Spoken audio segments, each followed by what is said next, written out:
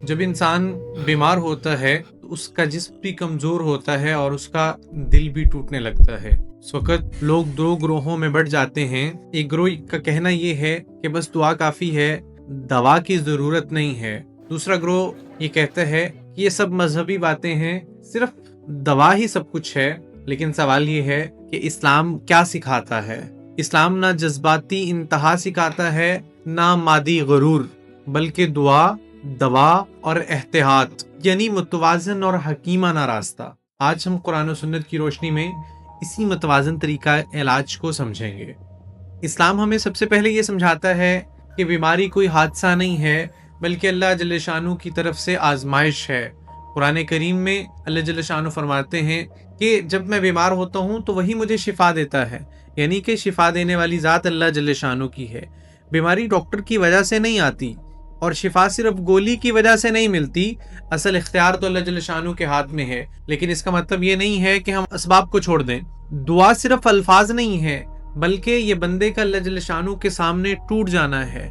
قرآن کریم میں اللہ جل شانہ فرماتے ہیں، اور تمہارا رب فرماتا ہے مجھ سے دعا کرو، میں تمہاری دعاؤں کو قبول کروں گا۔ حدیث مبارکہ میں حضور پاک علیہ الصلوۃ والسلام نے فرمایا کہ دعا جو ہے وہ عبادت کا مغز ہے۔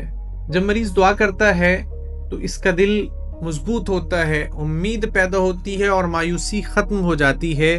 یہی وجہ ہے کہ سائنس بھی مانتی ہے کہ پازیٹیو مائنڈ سیٹ شفا کے عمل کو تیز کر دیتا ہے۔ کچھ لوگ یہ سمجھتے ہیں کہ دعا لینا توکل کے خلاف ہے۔ یہ بہت بڑی غلطی ہے۔ رسول اللہ صلی اللہ علیہ وسلم نے فرمایا کہ اے اللہ کے بندو، علاج کرو، کیونکہ اللہ نے ہر بیماری کے لیے شفا کو بھی پیدا فرمایا ہے۔ ایک اور حدیث مبارکہ میں حضور پاک علیہ الصلوۃ والسلام کے فرمان مبارک کا مفہوم ہے کہ ہر بیماری کی دوا ہے۔ جب صحیح دوا مل جاتی ہے تو اللہ جل شانہ کے حکم سے شفا ہو جاتی ہے۔ دعا لینا کمزور ایمان نہیں ہے، بلکہ سنت رسول اللہ صلی اللہ علیہ وسلم ہے کہ مدنی کریم صلی اللہ علیہ وسلم نے خود بھی علاج کروایا، حجامہ کروایا، اور صحابہ کرام رضوان اللہ تعالی علیہم اجمعین کو بھی علاج کروانے کی ترغیب دی۔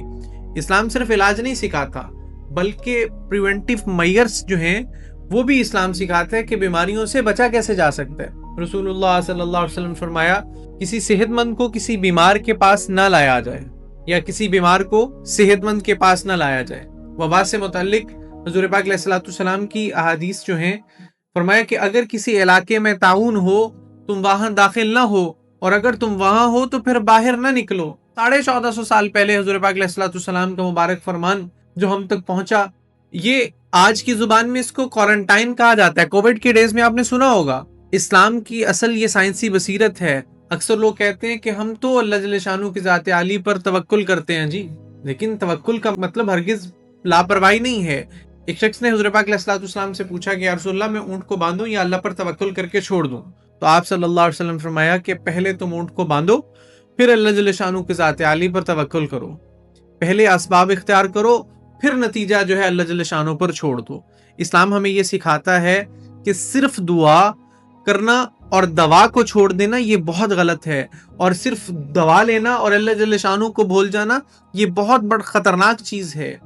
دعا آپ کے دل کو مضبوط کرتی ہے، دوا آپ کے جسم کو شفا کا سبب بنے گی، اور احتیاط آپ کو بیماری سے بچائے رکھے گی۔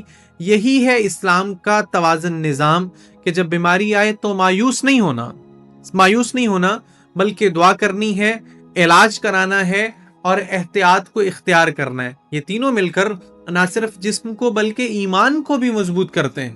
اگر آپ اسلام کا یہ متوازن پیغام پسند کرتے ہیں، آپ چاہتے ہیں کہ لوگ انتہاؤں سے بچیں، تو اس ویڈیو کو لائک کریں، شیئر کریں، اور چینل کو سبسکرائب۔ آپ کی محبتوں کا بہت شکریہ۔